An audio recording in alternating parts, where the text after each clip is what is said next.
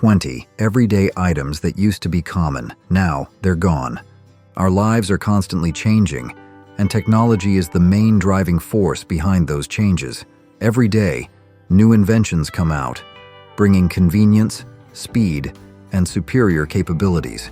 But along with that, we also have to say goodbye to familiar companions, everyday items that were closely connected to many generations. In today's video, we're going to look back at 20 items that once seemed indispensable in the past, but now they have almost completely vanished from modern life. This isn't just a story about old things.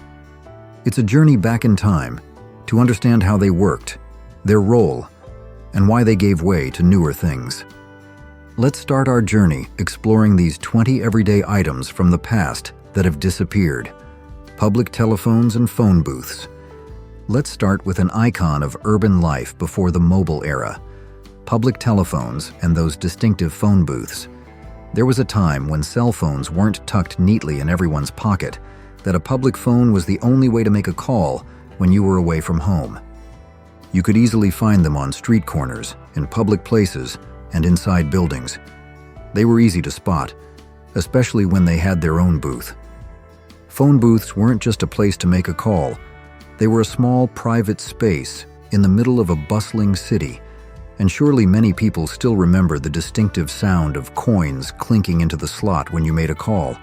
That was an essential part of the public phone experience. These phones worked simply. You picked up the receiver, dropped in coins, and dialed. They were the only bridge keeping you connected to family, friends, or work when you weren't at home or the office.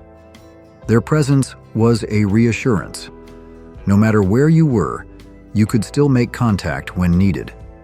However, with the widespread popularity of mobile phones, compact devices allowing you to make calls from anywhere, anytime, the need for public phones gradually decreased. Public telephones and phone booths became less common, and today, you can barely find them anymore. From an essential item, they've become a distant memory. Cigarette vending machines.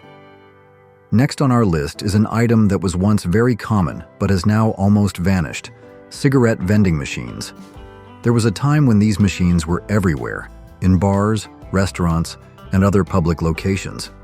They offered a convenient way to grab a pack of cigarettes without having to go into a store. These machines usually worked by inserting coins or tokens. You just had to select the brand you wanted, insert enough money, and the machine would automatically dispense the pack. This convenience made them very popular, especially in entertainment venues like bars or nightclubs. However, changes in social awareness and health regulations put an end to the popularity of cigarette vending machines. With increasing awareness of the health risks associated with smoking, cigarette vending machines were banned in many places. The remaining machines were gradually removed as demand decreased. Today, finding a working cigarette vending machine is very rare. TV Guide Magazine, Print Edition. For past television enthusiasts, the print edition of TV Guide was an essential tool. This was a weekly publication providing a complete listing of all television programs scheduled to air that week. It was an essential tool for anyone wanting to keep up with their favorite shows. TV Guide magazine was often delivered to your home, or you could buy it at newsstands. It didn't just list broadcast schedules, but also often featured reviews, interviews, and extra information about shows and stars. Flipping through the pages of TV Guide to plan your TV viewing for the whole week was a familiar activity for many families. However, the growth of cable and satellite television significantly increased the number of TV channels. Listing all the programs for hundreds of channels in a print publication became impossible. As a result, TV Guide transitioned to digital platforms, and the print version became obsolete. Nowadays, checking TV schedules has been replaced by electronic guides on the TV screen or online apps. Jukeboxes. Step into old American diners, bars, or dance halls, and you'd easily spot a jukebox. These machines were a great source of entertainment where people could choose their favorite songs to play. Jukeboxes were usually large and colorful, with bright lights and a wide variety of music choices. You just had to insert coins, select the code number of the song you wanted from the list, and the machine would automatically play that track. The music from a jukebox was often from vinyl records or CDs, bringing a distinctive sound and lively atmosphere to the space. A jukebox wasn't just a music player, it was a center of social interaction. People gathered around it, picking songs together, singing along, and dancing. It was an icon of popular music culture at entertainment spots. But like many other items, the development of digital music and streaming services made jukeboxes less common. With the ability to access millions of songs right on a smartphone, the need for jukeboxes decreased. Nowadays, finding a working jukebox is quite rare. They primarily exist in vintage-style restaurants or bars or as collectibles. Newspaper vending machines. On street corners and in many public places, newspaper vending machines used to be a familiar sight. They were a convenient way to grab your newspaper if you didn't have a home delivery subscription. These machines were filled with the day's news every morning. You just had to insert money into the slot, open the machine door, and take out the newspaper. It was a simple and quick process to catch up on the latest news on the go. However, if you arrived too late, the newspapers might have been sold out. The newspaper industry, in general, has been heavily impacted by the arrival of the internet. With many publications moving to digital subscriptions, where you can read news online on your computer or phone, the demand for print newspapers sharply declined. Therefore, newspaper vending machines also became much less common, and nowadays, they are hard to find and often completely abandoned. The internet provided a much faster and more convenient way to get news updates, overshadowing the role of these machines. Among these items, which one do you remember the most? Is there any item you wish were still common? Let us know in the comments below. Phone books and yellow pages. Before Google became a verb, how did we find the phone number for a person or a business? The answer was phone books. Thick books containing the names and phone numbers of everyone and every business in a specific area. They were essential items in every household and were usually delivered right to your door. Phone books were usually divided into two main sections: the white pages for personal phone numbers, arranged alphabetically by name, and the yellow pages, a special section listing businesses by the type of service they offered, instead of just alphabetically.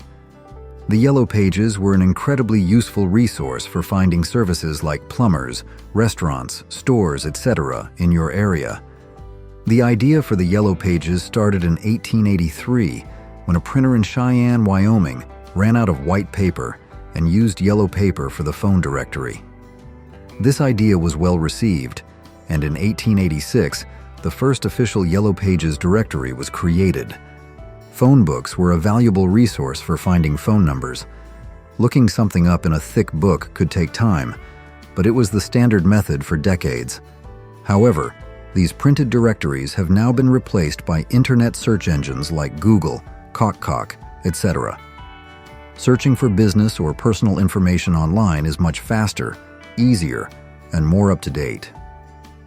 Therefore, the print version of phone books has become a thing of the past. Many countries have stopped printing them, such as the UK in 2019. Typewriters. Typewriters were once the primary tool for creating written documents. They were found in almost every office and were also used for personal correspondence, so many people also had typewriters at home. Typewriters worked by pressing keys, which caused a mechanical arm to strike an ink ribbon and leave an impression on the paper. Each key corresponded to a character, and when you pressed firmly, that character would be printed onto the paper via the ink ribbon. Typing on a typewriter produced a distinctive clacking sound, and ending a line was often accompanied by a bell ringing and the action of pulling a lever to advance to the next line.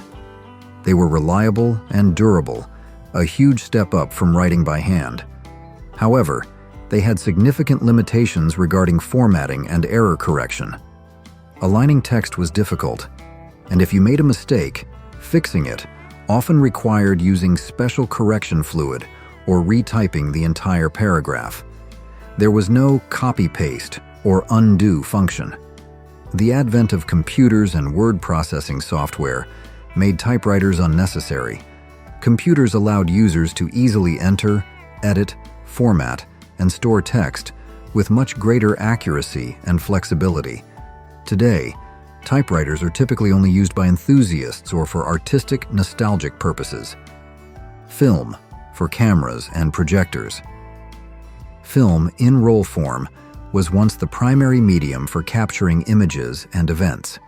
It was used in cameras for taking still pictures and in movie projectors for recording and showing films. Film reels were the main source of entertainment in movie theaters. Film was reliable and produced high-quality images, especially when processed correctly. For photography, a roll of film captured a negative image, which then needed to be developed and printed to create a positive image on photographic paper. For theatrical films, large film reels captured images and sound frame by frame. However, film had certain limitations. For photography, each film roll had a limited number of exposures, usually 24 or 36, and you couldn't see the results immediately after shooting. The process of developing film and printing photos was time-consuming and costly. For movie film, shooting and editing on film were very complex and expensive, and the recording time on a reel was also limited. With the introduction of digital cameras and editing software, film became less common. Digital technology allows for unlimited photos within storage capacity, instant viewing, easy editing on a computer, and quick online sharing. Similarly, the film industry also shifted to digital filming and projection. Nowadays, film is primarily used by die-hard photographers who love the look and development process, or in some special artistic, archival projects. Fax machines. Fax machines were once the fastest way to send and receive documents over long distances. They were another fixture found in almost every office. Fax machines used telephone lines to transmit documents between two machines.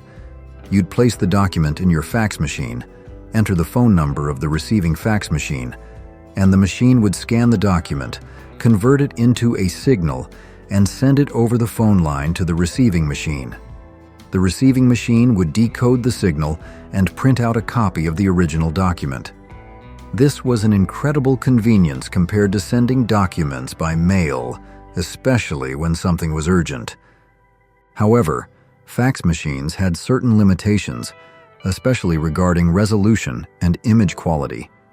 Faxed documents were usually black and white, and sometimes appeared blurry or distorted. Sending multiple pages at once could also be time-consuming. With the development of email and digital document sharing, fax machines became much less common. Sending documents via email is fast, free, with an internet connection, and retains the format, color, and high quality of the original document. Online document sharing services also allow for easier collaboration. Therefore, the fax machines that still exist today are mostly just gathering more and more dust. The Rolodex. On desks across the country, the Rolodex was once an essential organizational tool. It was used to store contact information, including names, phone numbers, and addresses, for business and personal connections. The Rolodex consisted of a series of cards arranged alphabetically. These cards were attached to a rotating spindle, allowing users to easily flip through the cards to find contact information. The name Rolodex is a combination of rolling and index. It was designed to make finding phone numbers and addresses quick and easy.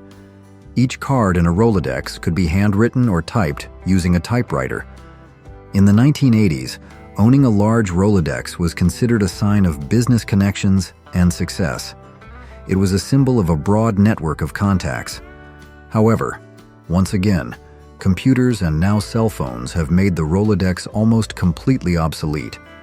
Digital contacts on computers and smartphones can store thousands, even millions of contacts, allow for instant searching, easy updating, and synchronization across multiple devices.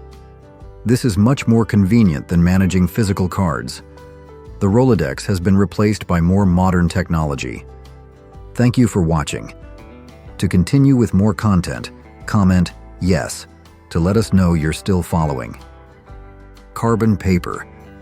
Carbon paper was once a necessary tool for creating copies of documents. Before photocopiers or multifunction printers existed, making carbon copies was the most common method to have multiple identical copies of the same text. Carbon paper was placed between two sheets of regular paper. When you wrote or typed on the top sheet, the pressure from the pen or typewriter key would transfer through the first sheet and press the carbon ink layer from the carbon paper onto the sheet below, creating a copy.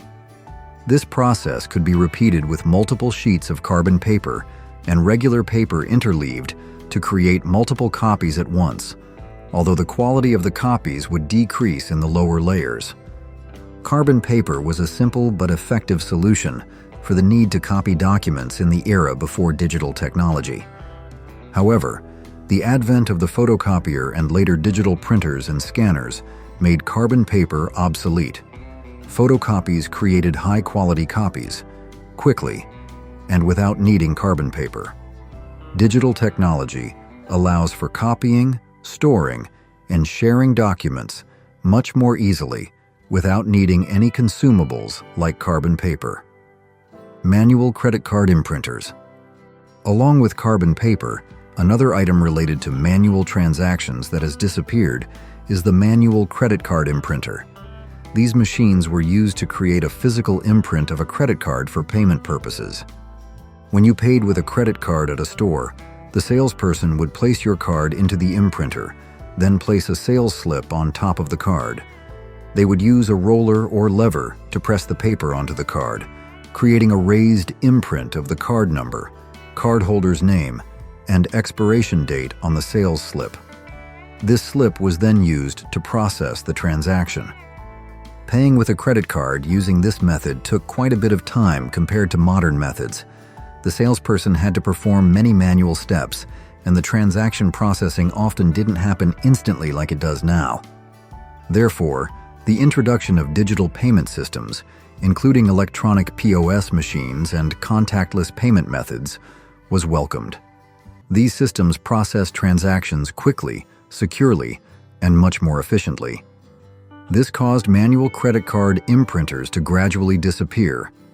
Nowadays, almost every card transaction is done electronically. Videocassette recorders, VCRs. Remember that magic box that turned the living room into a movie theater? That was the videocassette recorder, or VCR. VCRs used to be a huge part of home entertainment. They worked by recording TV shows and movies onto magnetic tape, which you could then watch later. This was great because it meant you could watch your favorite shows whenever you wanted, a concept known as time shifting. VCRs could also play pre-recorded tapes, which were extremely popular in the 80s and 90s. People rented videotapes from rental stores like Blockbuster and brought them home to watch. VCR technology, particularly the VHS format, reshaped how we consumed entertainment at home. It offered unprecedented flexibility and control over the viewing experience. But as technology continued to advance, new formats like DVD and later streaming services began to take over. DVDs offered better picture and sound quality, interactive menus, and easy skipping, fast forwarding. Streaming services eliminated the need for physical media altogether.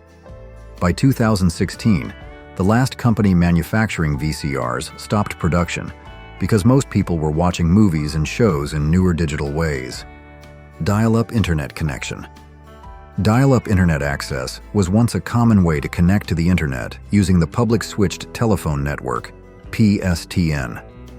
It started in the 1980s and became widely popular in the 1990s. Users would connect to the internet by dialing a phone number on a regular phone line. The connection was made through a modem, a device that converted digital data from the computer into audio signals and vice versa. Perhaps many people still remember the distinctive sound of the dial-up connection process, a series of beeps, whistles, and strange electronic noises as the modem handshaked with the server. Dial-up was famous for its distinctive sound and slow speed, typically only reaching 56 kilobits per second. This speed was very slow by modern standards, making it very time-consuming to load web pages with images or download large files. Additionally, when you used dial-up, your phone line was tied up, meaning you couldn't receive or make regular phone calls while online. As technology developed, broadband connections like DSL and fiber optics became more common. They offered much faster speeds and allowed you to use the phone simultaneously with internet access. This made dial-up largely obsolete, especially in urban areas. Although it might still exist in some very remote areas, it is no longer the main method of internet connection. Floppy disks. Floppy disks were once a common way to store and transfer data for computers. They were small, square disks that could hold a limited amount of data. The first floppy disks were 8 inches in size, but they later became smaller, with 5¼ inch and then 3½ inch sizes becoming popular. The 3½ inch disks, with their hard plastic casing for protection, are the type of floppy disk that most people remember. Their storage capacity was quite small by modern standards, only about 1.44 megabytes for a 3½ inch disk. These disks were used extensively in the 1980s and 1990s, especially before hard drives became affordable enough for most people. They were used to save document files, small programs, or backup data. Installing software often required using multiple floppy disks. However, as technology improved, floppy disks were replaced by other storage media. Devices like USB flash drives, CDs and DVDs, and online storage, cloud storage, can store significantly more data and transfer data faster. A CD can hold hundreds of megabytes, a USB can hold gigabytes, and cloud storage is almost unlimited. Today, floppy disks are mainly just a memory, but they played a very important role in computer history. If you think this list is missing any other items that you believe have disappeared, please share them with us. Pagers/beepers. Before mobile phones became popular, pagers, also known as beepers, were an important communication tool. They were small devices that allowed you to receive messages when someone wanted to contact you. People carrying pagers would receive a beep or vibration to signal a message. The message was often just a sequence of numbers, such as the phone number of the person who wanted to contact them. After receiving the notification, the user would have to find a phone, usually a public phone, to call the sender back. Some more advanced pagers could display short text messages. Doctors and emergency personnel used pagers extensively in the 1980s and 1990s because they were an efficient way for them to be on call for urgent notifications. Beepers eventually got a bad reputation because they were sometimes used for illegal drug dealing purposes. Nowadays, with the rise of the smartphone era and text messaging, SMS chat apps, the use of pagers has sharply declined. Smartphones combine communication functions, calling, messaging, with internet access, and many other features, making pagers obsolete. Cassette tapes. Cassette tapes, also known as audio cassette tapes, were a popular way to listen to music in the past. They were invented by a team led by Lou Ottens at the Dutch company Philips and were released in 1963. Cassette tapes are small plastic boxes with 2 mini reels inside, containing magnetic tape for recording sound. People liked them because they were compact, portable, and you could record your own favorite songs onto them. This recording capability was very useful, allowing people to create mixtapes or record voices, interviews, etc. In the 1970s and 1980s, cassette tapes were very popular, especially after the Sony Walkman was introduced in 1979. The Walkman was a portable cassette player that allowed people to listen to music anywhere with headphones. The combination of cassette tapes and the Walkman revolutionized how we enjoyed personal music. However, with the advent of CDs, MP3 players, and digital music, cassette tapes became less common. CDs offered better sound quality and faster song access. Digital music allowed storing thousands of songs in a small device and easy sharing. Cassette tapes are now primarily used by collectors or for special projects, e.g., independent artists releasing music on cassette tapes for uniqueness. Answering machines. Answering machines, devices used to answer phone calls and record messages, have an interesting history. Early forms of them were invented in the 20th century and used magnetic recording technology, a technology invented in 1898 by Valdemar Poulsen. The first practical answering machines were developed in the 1930s by various inventors, including Clarence Hickman of Bell Laboratories. However, Bell kept Hickman's invention secret, fearing it would lead to fewer phone calls. The first commercially successful answering machine, the electronic secretary, was introduced in 1949. Over time, answering machines became cheaper and more common, especially after the breakup of AT&T in 1984. They worked by playing a pre-recorded greeting when you couldn't answer the phone, then recording the caller's message on magnetic tape or a digital chip. They provided significant convenience, ensuring you didn't miss important messages when you weren't home. Today, physical answering machines have largely been replaced by integrated voicemail systems in phones or provided by the carrier. Modern digital voicemail is more convenient, allowing you to access messages remotely and store them more easily. However, answering machines played an important role in the development of telephone communication. Personal digital assistants, PDAs.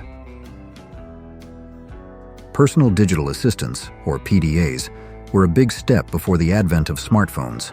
The first PDA was introduced in 1984 by a company called Psion, but the term PDA was first used in 1992 by Apple CEO when he referred to the Apple Newton. These devices were like small handheld computers that helped people manage their personal information. They had features like calendars, to-do lists, address books, notes, and sometimes a calculator. Some PDAs had a stylus for input. By the early 2000s, most PDAs could connect to the internet, often via Wi-Fi or tethering to a cell phone, and some even had touchscreens. They were very popular among business people and those who needed to organize busy schedules. However, when smartphones emerged, they could do everything a PDA could and more. Smartphones combined the features of PDAs, calendar, contacts, notes, with the ability to make calls, send messages, access high-speed internet, take photos, and run thousands of other apps. As a result, PDAs became less common and eventually became obsolete. CRT monitors, cathode-ray tube. CRT monitors, cathode-ray tube, were an important invention in the history of display technology, commonly found in old televisions and computer screens. They worked by shooting electron beams onto a screen coated with phosphors, which would light up to create images. This technology was first developed in the late 19th century, with the earliest version known as the Braun tube, invented by German physicist Ferdinand Braun in 1897. CRT screens created images by controlling the intensity and direction of the electron beam as it scanned across the screen, making the phosphor pixels light up in different colors for color screens. CRTs were bulky and heavy because they were made of thick glass to maintain the vacuum inside and withstand air pressure, and they required a lot of space in the back to house the electron gun. The distinctive shape of old TVs and computer monitors was due to this CRT technology. Over time, they were replaced by more modern technologies like LCD, liquid crystal display, plasma, and OLED, organic light-emitting diode, screens. These new types of screens are lighter, thinner, and more energy efficient. They allow for flat, wall-mountable televisions and computer monitors. By the mid-2000s, CRTs had largely become obsolete, as flat panel displays dominated due to their many advantages. 2160s, things that would horrify people today. In those sun-washed days of the 1960s, life seemed simpler, until you look a little closer. Smoking in the nursery, BB guns in backpacks, kids roaming free from dawn to dusk. Today, such scenes would raise more than eyebrows. Let's revisit 20 once normal things that now feel downright unthinkable. Sunbathing without UV protection. During the long, easygoing summers of the 1960s, sunbathing wasn't something you did for wellness. It was something you chased. People stretched out on towels, slick with glistening oils, hoping to earn a deeper tan under the afternoon heat. If your mom reached for a bottle of lotion, it wasn't sunscreen. It was a suntan enhancer. The goal wasn't to block sunlight. It was to absorb every ray you could. Teenagers went further still, mixing baby oil with iodine in hopes of drawing out a richer tone. It didn't offer protection. It only turned pale skin into a stovetop. Some used reflectors, aluminum foil, or mirrored boards under their chins to catch more light, as though amplifying the sun itself was the trick to perfection. Terms like UVA, UVB, or SPF were unfamiliar, and most people didn't question what they couldn't see. A deep tan meant you were fashionable. A sunburn meant you'd made the effort. Warnings about long-term damage hadn't yet reached the public conversation. At the time, a golden glow was considered the prize. But over the years, the results began to show, etched into skin that bore more than warmth. It carried the evidence of a sun-soaked era. Ubiquitous smoking culture. They didn't all smoke in the 1960s, but it often seemed as though tobacco was woven into the routines of American life. Cigarettes appeared in places that feel startling today: offices, diners, even public waiting areas. In cars, ashtrays weren't accessories. They were standard features, built right into the dashboard. Many homes kept trays on the coffee table as a gesture of hospitality, regardless of whether anyone in the house actually smoked. At the time, awareness of secondhand smoke's health impact hadn't spread widely. Most concerns focused on how smoke clung to fabric or left unpleasant stains, rather than long-term effects. Advertising regularly featured cheerful slogans, and tobacco products were presented in ways that suggested normalcy and sophistication. In some advertisements, figures wearing lab coats even appeared to lend credibility. By today's standards, the normalization of tobacco use during that era can be hard to comprehend. But in the context of the time, lighting a cigarette was simply part of the social rhythm, an act so common it often went unnoticed. Looking back, that widespread presence reveals how much cultural standards can shift from one generation to the next. Which part of growing up in the 60s do you miss the most? We'd love to hear your story. Minimal safety equipment usage. Safety gear in the 1960s. That was more idea than reality, especially for kids. Children zipped through neighborhoods on bikes without helmets, rolled down sidewalks on metal skates with bare knees, and slid into second base in nothing but denim and determination. Catcher's masks and football helmets existed, but for the average kid at recess, protection came in one form: toughness. Much of the safety equipment we rely on today simply hadn't arrived yet. Bicycle helmets didn't show up on store shelves until well into the 1970s, and even then, they were mostly worn by racers. Knee and elbow pads were seen in sports leagues or hospital closets, not schoolyards. Wrist guards, not part of the conversation. We learned by landing hard. A scraped elbow meant you were playing hard, not doing something wrong. A spill from your Schwinn wasn't an incident. It was part of the ride. And when someone did take a fall, they didn't head for a clinic. They got up, brushed themselves off, and kept going. It wasn't carelessness. It was how things were. Or so we believed, until regulations and research eventually brought safety into sharper focus and changed how we think about falling down. Unsupervised all-day play. When the morning chores wrapped up and the screen door slammed behind you, the outdoors became your domain. In the 1960s, children didn't live by schedules or adult supervision. They moved by instinct and a good pair of sneakers. From sunrise to the flicker of the first street lamp, we roamed freely. We cut through alleys, hopped fences, explored creeks, and coasted on banana seat bikes in roaming groups that felt more like tribes than classmates. No one tracked our whereabouts or watched through security feeds.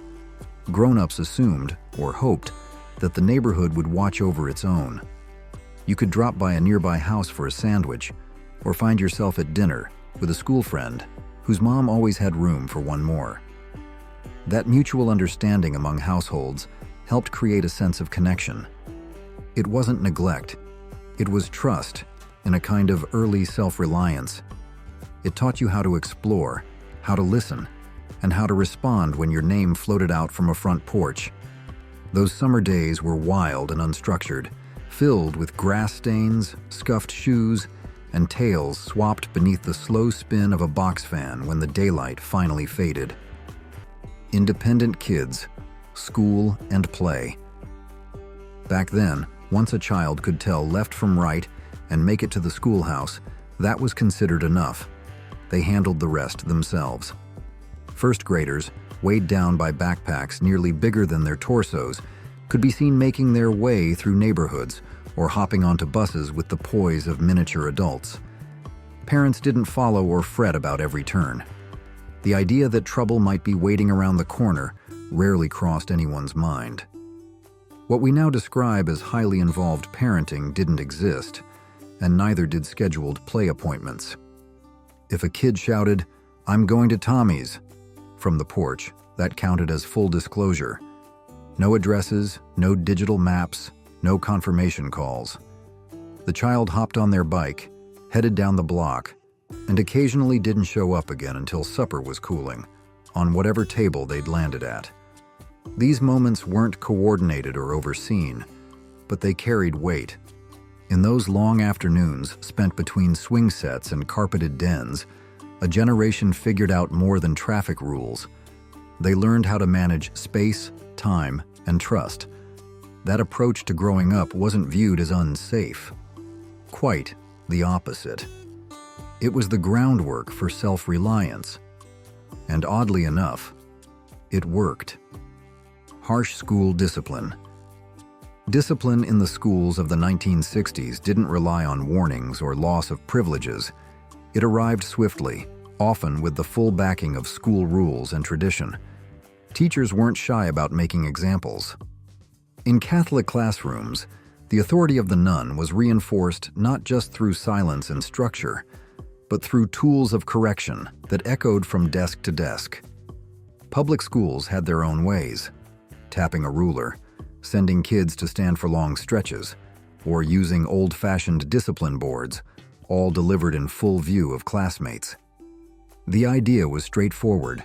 One student's punishment served as a message to the entire room, and if word of misbehavior reached home, it usually didn't stop at the school door. Families were often in step with teachers, reinforcing consequences at the kitchen table. At the time, this approach wasn't seen as excessive. It aligned with a cultural view that discipline built character. But years later, researchers began reevaluating those methods, questioning the long-term effects on students' emotional well-being. For many who grew up in that system, those moments left impressions that lingered. They weren't discussed much, but they shaped how generations understood rules, respect, and how far authority was allowed to go. Lax car safety standards. How much thought did anyone give to car safety in the 1960s, really, outside of the folks designing the dashboards? Truth is, not much. Most families cared more about styling than crash protection. Sure, a few models included lap belts, but until 1968, no federal rule required them. And wearing one? That was left up to the driver. Many people chose not to. Some even removed the belts entirely, saying they got in the way. Comfort often won out over caution. Meanwhile, kids claimed the front seat, or stretched out on the back dash, dozing beneath the rear window. Car seats for infants were sold, but they served mostly as boosters for visibility, not as safety equipment. Most households saw no problem with a toddler perched on the bench seat, steadying themselves with one sticky hand pressed against the glass. If the brakes were hit hard, well, that's when a mother's right arm swung into action, an instinct passed down through generations. Thinking about it now, it's difficult to grasp how such practices ever seemed routine. But through all the chrome, noise, and rolled-down windows, families made their way from point A to B with luck, grit, and a steering wheel that didn't judge. Pregnancy, smoking, and drinking. If cigarettes were a fixture in daily life during the 1960s, pregnancy didn't disrupt that rhythm. Not at all. The risks weren't widely understood, and few doctors raised concerns. So expectant mothers often smoked as they always had, their routines uninterrupted. It wasn't done out of harm. It reflected a lack of knowledge shaped by the era. The same attitude extended to occasional drinks, a glass of sherry at a baby shower or a cocktail. After supper drew no concern. Yet behind those casual sips, a far deeper issue quietly took root. Fetal alcohol syndrome wasn't identified by name until 1973. Until then, the connection between alcohol use and developmental issues remained largely unnoticed. And smoking? It appeared in women's magazines with upbeat slogans, sometimes accompanied by medical endorsements. From today's perspective, it's hard to imagine something so risky passing as normal. But in that decade, the science lagged behind the advertisements, and countless mothers remained unaware. They followed what seemed typical, echoing habits passed down from earlier generations. The world moved forward, never pausing to question what hadn't yet been proven. By the time understanding arrived, the cost of those years had already been written, in silence, in trust, and in hindsight. Outdated medical advice. Medicine, for all its science and structure, has a way of appearing naive in hindsight. In the 1960s, advice from doctors carried weight, and that advice often embraced ideas we now find baffling. Take infant sleep, for instance. Parents were urged to place babies on their stomachs. Back sleeping, they were told, might cause a baby's head to flatten. The guidance remained unchanged for years until new findings brought urgent revisions. Other examples feel equally astonishing. Some physicians, appearing in print ads, were shown supporting cigarette brands. One well-known campaign even claimed that a particular label was chosen by more doctors than any other. These weren't backroom whispers. They ran on billboards, in waiting rooms, and alongside baby products at local pharmacies. At the time, this wasn't seen as controversial. It was clever promotion. In that era, the boundary between medical authority and advertising blurred more than most would care to admit. People trusted lab coats without pause, never suspecting the counsel might someday be viewed as reckless. While science has corrected much of this guidance, the past serves as a powerful reminder. Expert advice must always stand up to scrutiny, not just confidence and charm. Drinking from water hoses. Before bottled water lined every convenience store shelf, thirst on a summer afternoon was satisfied the old-fashioned way, by bending over a garden hose. It didn't matter whose yard it was, yours, a friend's, or the neighbor's across the street. The hose served as a shared tap of relief. The water came out warm at first, then turned cool with a faint taste of rubber and metal, but no one minded.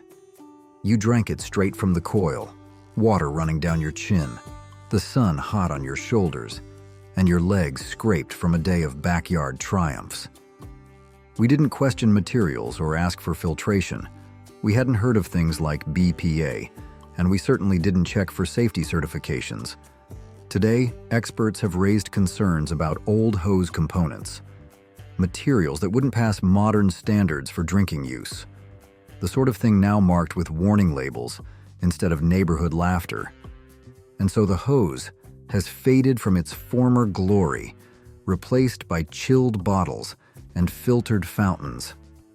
But ask anyone who grew up back then, and they'll tell you, that hose water, straight from the spigot, was the coldest, most satisfying drink you could find when the heat rolled in. Sugary cereals galore. In the 1960s, breakfast didn't begin with vitamins or bran. It began with sugar. Not a sprinkle, mind you, but great golden mountains of it, poured into bowls disguised as cereal. Names like Quisp and Quake lit up Saturday morning commercials like fireworks, promising space adventures and cartoon heroes with every spoonful. These weren't breakfast foods. They were morning candy with a clever disguise and a free prize buried inside.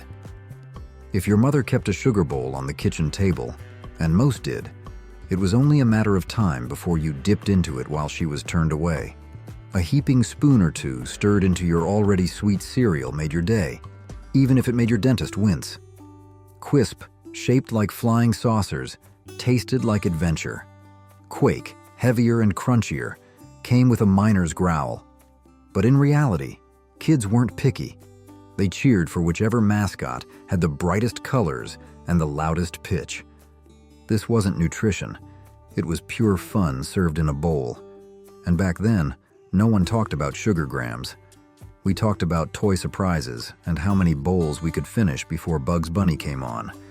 That kind of joy was all we needed.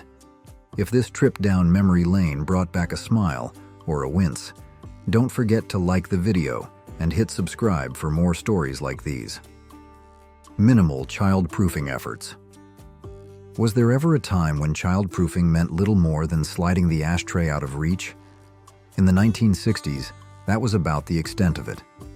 Baby gates were rare, outlet covers didn't exist in most homes, and the idea of locking up bleach or bug spray beneath the kitchen sink hadn't exactly taken hold.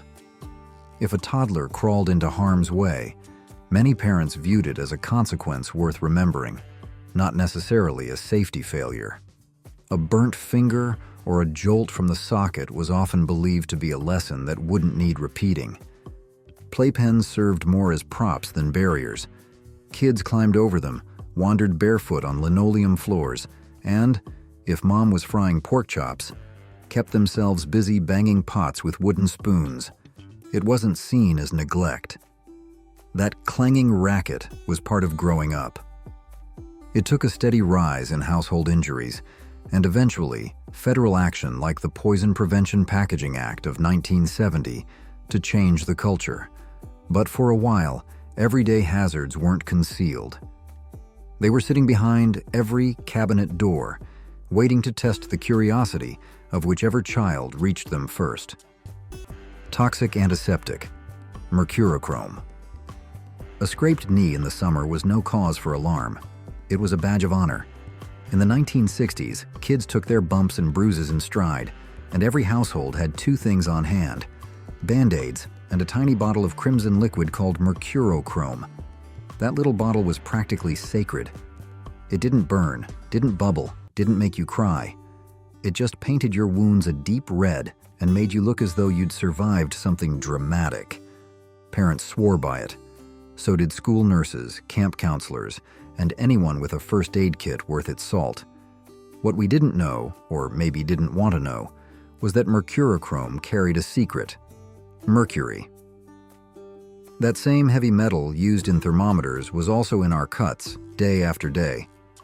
At the time, no one thought much of it. After all, if it didn't hurt, how bad could it be? Eventually, science caught up with nostalgia. Health officials raised alarms, regulations changed, and the stuff vanished from pharmacy shelves. Today, it's more memory than medicine. A vivid splash of red in the story of how childhood once looked, and a quiet reminder that not everything we trusted was safe. Commonplace hitchhiking practice. Who gave it a second thought when a kid stuck out a thumb at the edge of town? In the 1960s, hitchhiking wasn't risky. It was routine. People didn't clutch their purses or lock their doors at the sight of a traveler with a backpack. In fact, it was almost expected. Young folks, old folks, even teenagers barely out of school would flag down a ride as easily as waving hello. The drivers? Strangers, yes, but usually kind enough to offer a lift without asking many questions. It wasn't just a way to get from one place to another. It was a rite of passage, a lesson in trust, a dare wrapped in denim and dust. You might end up in the next town over or across the state line by supper, swapping stories with a man in a pickup or a woman with a baby in the back seat. No seatbelt, no cell phone, and no real plan. Just a thumb, the open road, and faith that the world was mostly good. Today, people would call that reckless. But once, it was freedom. Pure, uncomplicated, dusty-shoed freedom. And if it came with danger, most folks didn't see it. Or maybe they chose to believe the road would look after its own. Open windows, unlocked doors. A summer breeze drifted in through open windows, and few people thought to lock the door before bed. In small towns dotting the American landscape, that was simply the way people lived. Windows stayed up to catch the night air, and front doors remained unlatched, not out of negligence, but because trust was something neighbors shared freely, like sugar or a ride to church. Folks believed in looking out for one another, not locking one another out. It wasn't naivety. It was confidence born from community. You knew who lived next door, who walked their dog past your house at dusk, who would leave tomatoes on your porch when the garden overflowed. The world beyond the headlines felt distant, and the nightly news didn't yet scream at us in 24-hour cycles of fear. But over time, that easy calm was slowly replaced. Alarm systems came first, then video doorbells, and now double deadbolts guard the same porches that once welcomed neighbors without knocking. What changed wasn't the locks. It was the quiet faith we once had that no harm waited outside. And for better or worse, we've never slept quite the same since. Hazardous metal playgrounds. The neighborhood playground, once ruled by gravity and sun, offered a different kind of thrill in the 1960s. The ground beneath our sneakers wasn't made of foam or padded mulch. It was hard-packed dirt, or sometimes gravel, that clung to your knees after a fall. You didn't bounce back. You learned quickly how to land better the next time. And then came the metal. Polished, hot, and daring. Jungle gyms warmed by noon sun, seesaws that hummed under pressure, and long metal slides that shimmered in summer light. Kids lined up for their turn, sailing downward with wild delight, landing on solid ground with grit in their palms and a grin on their face. No one expected shade or warning signs. What we had was simple, a place where freedom met physics. Every run, climb, and stumble became its own kind of education. Safety inspectors today would question every bolt and beam. But back then, it all made sense. The playground wasn't just for fun. It was a place to figure things out. And if you went home with a dusty shirt and a nicked-up elbow, it meant you played hard, and probably made a friend or two along the way. Risky winter sledding. Did anyone ever question the wisdom of tying a sled to the back of a car and calling it a good time? In those snow-blanketed winters of the 1960s, that wasn't seen as a dare. It was part of growing up. Kids didn't wait for hills. They waited for Dad to grab the rope and loop it around the rear bumper of the family wagon. With a careful start and a grin in the rear view, the ride would begin. Sled trailing through the snowy streets like a parade float, with extra bounce. These weren't empty roads either. Parked cars and mailboxes added a bit of excitement to the ride. If you stayed upright, you had something to brag about. If you didn't, well, you brushed off the snow and tried again. Helmets weren't common, and rules of caution weren't yet posted on every corner. Still, in all that sliding and laughing was a kind of freedom that came with cold cheeks and fast turns. Parents stood on porches, coffee in hand, trusting the snow to cushion what it could. Today, the same scene would raise eyebrows. But back then, it was winter fun at its wildest and warmest. Hazardous lawn darts and jarts. Once upon a backyard afternoon, the most hazardous item around wasn't a rusted swing set or a wasp nest. It was a toy. Specifically, jarts. These weren't ordinary darts. They were hefty lawn missiles with metal tips, meant to be lobbed into plastic rings on the grass. That was the plan, at least. In practice, they had a knack for landing in places no target ring ever sat. Kids, with their endless imagination, didn't always play by the rulebook. Some launched jarts straight into the sky, laughing and running as they rained back down like something out of a slapstick cartoon. Looking back, it's hard to believe it was ever marketed as family entertainment. Eventually, hospital visits started rising, sprains, bruises, and in rare but serious cases, severe injuries. That was enough. Officials stepped in, and jarts were pulled from shelves. Lawn darts quietly disappeared from the summer toy aisle, joining other once common relics that now sit behind glass in safety museums. For those who remember, they were unforgettable, thrilling, reckless, and part of an era when fun often came without a warning label. Dangerous toy, swing wing. Could a toy that strapped to your head and spun like a helicopter really have hit store shelves? In the 1960s, it did. It was called the swing wing, and for a brief moment, it counted as fun. The concept was simple.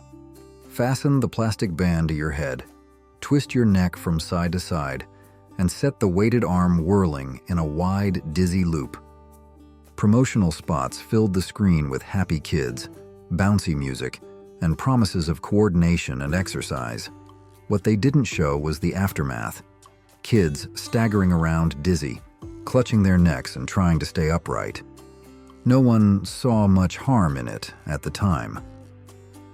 The only safety test was whether you could laugh through the dizziness and try again. Though never officially pulled, the swing wing quietly disappeared, filed away with other high-risk novelties from the same era. It now lives in the dusty corners of toy history, remembered alongside clacker balls and lawn darts. Looking back, it's easy to wonder how these things made it to market. But at the time, it was simply another attempt to turn movement into fun. Proof that playtime often walked a fine line between invention and absurdity. BB guns as toys. In a different time, not so far behind us, there was a rite of passage handed down not in secret, but in plain daylight. A boy and his BB gun. Back in the 60s, they were as common as baseball gloves and banana seat bikes. You'd see kids riding through town with one slung across their handlebars like a sheriff on patrol, stopping now and then to aim at a tin can, a mailbox post, or whatever seemed to fit the mood. These weren't seen as dangerous. Not really. Folks called them toys, because that's what they believed. But those small metal pellets told a different story. They could chip bark, crack a window pane, and if used carelessly, do more harm than anyone expected. Advertisements framed them as harmless fun, noble even. What they left out were the visits to the clinic, the bandaged hands, and the lessons learned late. Eventually, the conversation shifted. Reports highlighted injuries. Parents began to reconsider. Today, you won't find BB guns near toy aisles. They're behind locked glass, marked clearly, and sold with added precautions. It's not about taking away tradition. It's about recognizing what we once didn't see. Some lessons don't come in books. They arrive with a recoil and a reason to pause. Looking back, do you think kids were tougher in the 60s, or just lucky? Primitive car air venting. Long-distance drives once meant hot vinyl seats, rolled down windows, and whatever breeze you could coax from the open road. Air conditioning didn't come standard in most cars during the 1960s, at least not for the average family. What they did have was a clever invention called the vent window. It perched like a glass wing at the front of the side windows and could be tilted open to catch the wind just right. As the highway stretched ahead, those vent windows offered relief in motion.